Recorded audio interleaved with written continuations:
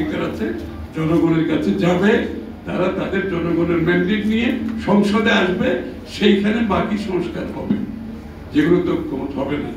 এর বাইরে যাওয়ার কোনো সুযোগ নাই।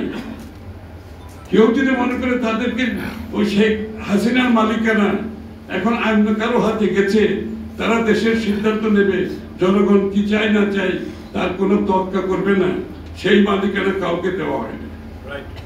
বাংলাদেশের মালিক বাংলাদেশের জনগণ, তারা সিদ্ধান্ত নেবে। যেখানে ঐক্যমত হবে না, তারা সিদ্ধান্ত নেবে আগামী দিনের কি সংস্কার হবে।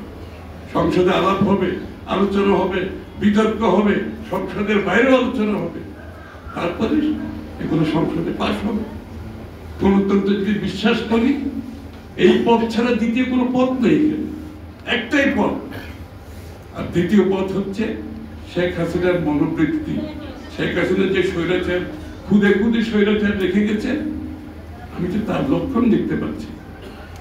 শেখ হাসিনা যাওয়ার এই 15 বছরে আমাদের মধ্যে ছোট ছোট কিছু স্বৈরাচার সৃষ্টি করেছে।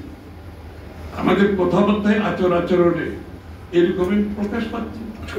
আপনি জিম্মি করে আপনি আপনার আপনার কি বলে নিজের সুযোগ সুবিধা মতো আপনি দেশের মানুষকে জিম্মি করে আপনার একটা গোষ্ঠীর স্বার্থ সংরক্ষণের জন্য আপনি সংস্কারের কথা বলবেন, আপনি জোর করে চাপিয়ে দেওয়ার চেষ্টা করবেন, জনগণকে বাইরে রেখে। এটা তো বাংলাদেশে আর হবে না, ওটার দিন শেষ হয়ে গেছে।